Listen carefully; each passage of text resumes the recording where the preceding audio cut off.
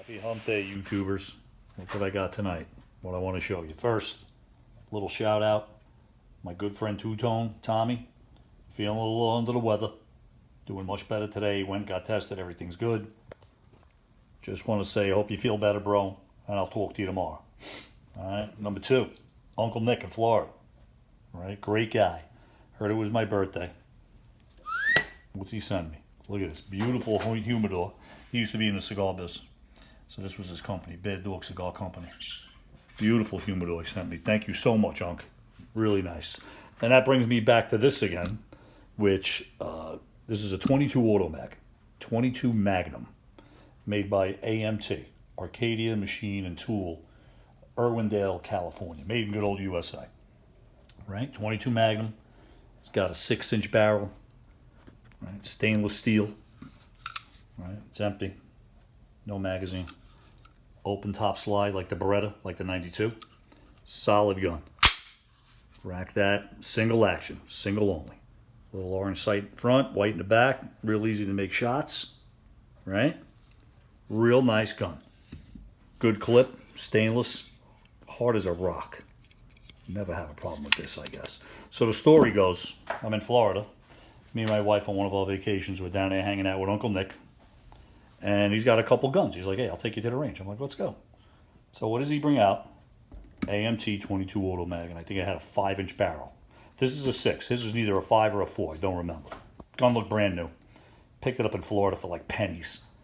Right? Took it to the range. Had a box of the Winchester, I think we were shooting. You know, the white box. Winchester 22 Magnum. What do you call that guy? The range officer comes over. So I look over, I see Uncle Nick talking to him. I guess he's asking about the gun. Maybe he never saw one before. Don't know. Next thing I know, the guy's walking up ready to shoot it. My Uncle Nick was like, yeah, go ahead, squeeze off a few rounds. So he aims at a rock that's out there at about 30, 40 feet on the ground.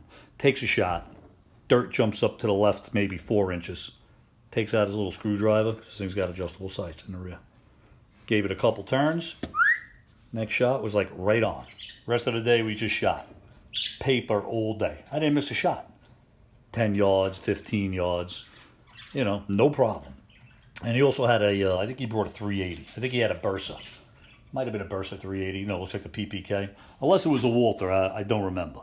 But shooting that gun that day with Uncle Nick was fantastic. I fell in love with it.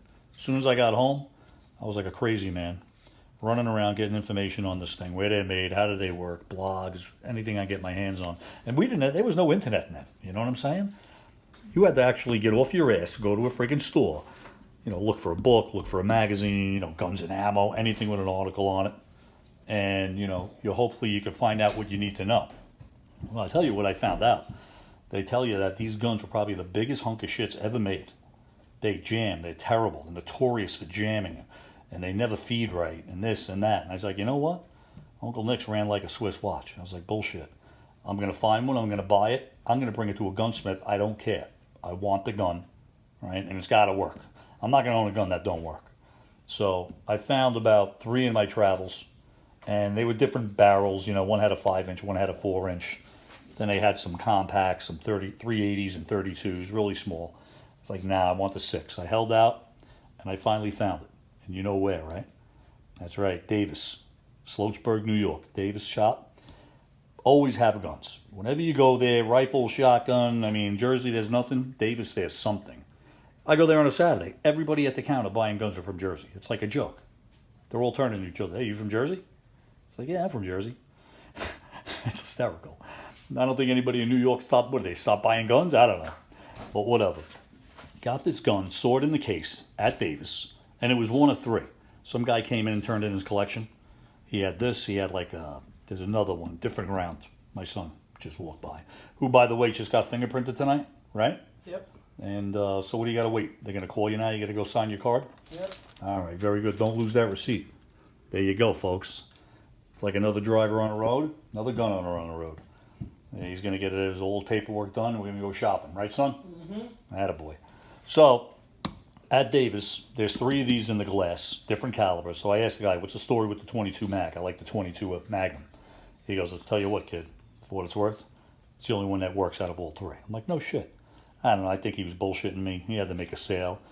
But I tell you what, just checking it out, you can see the screws, all right? Anytime you buy a gun used, even new, take a look, make sure nobody screwed around in it, because some genius with his tapered screwdriver said, oh, you know what, yeah, I could take this thing apart. Maybe the guy that owned it just got bored. But you beat the crap out of the screws, and that's a bad sign. You know, when you're buying something, you don't want to see that. But, like I said, must have went to a good gunsmith, because I put everything through it. 4 or 5 different kinds of 22 Magnum rounds. Fox, Winchester, Aguila. I mean, I had a whole bunch of crap in the bag one day, and it was shooting everything. No problem. Like butter. Really enjoyed it. The price was right. Like I said, I can't remember how many years ago it's been, but I think it was maybe around, I don't know, $300, under $3. Which I'm telling you, it's a lot of gun. It's all stainless. It's got like a matte finish across the top, right? The side's got a little polish to it. As you can see, it's the only thing shining, right? Bottom half of the gun, lower part of the gun, it's all stainless with like a matte finish. So you're only going to get that shine, but pretty cool. You see those like little like crystals in there in that matte? It's pretty slick, but it's a very business-like thing. You know, it's like all businesses gun. It's like these guys owned a machine shop. I don't know what they were making before they started making guns. I don't know what they were into, but they figured it out. And today, I mean, you know, go try to find a good one. Good luck. You don't really see them. I haven't seen them around that much. If you see one, you got a few bucks. Lord knows what they're going for today. If I paid $300, whatever, 15 years ago, they got to be. I bet there were 600, 800. Wouldn't surprise me, because there's only like 3 or 4 companies that make semi-auto 22 Magnums. You can buy pistols all day. Ruger, Colt, Smith, Taurus, probably. A lot of people make 22 mag revolvers, which are great, great guns. I'll probably end up with one sooner or later. But for now, 22 Auto Mag, AMT, right? Great gun. If you can get one, jump on it. Hopefully the price is right. Uncle Nick, thanks again for that humidor. And all right, everybody, have a great night. Catch you in a couple weeks.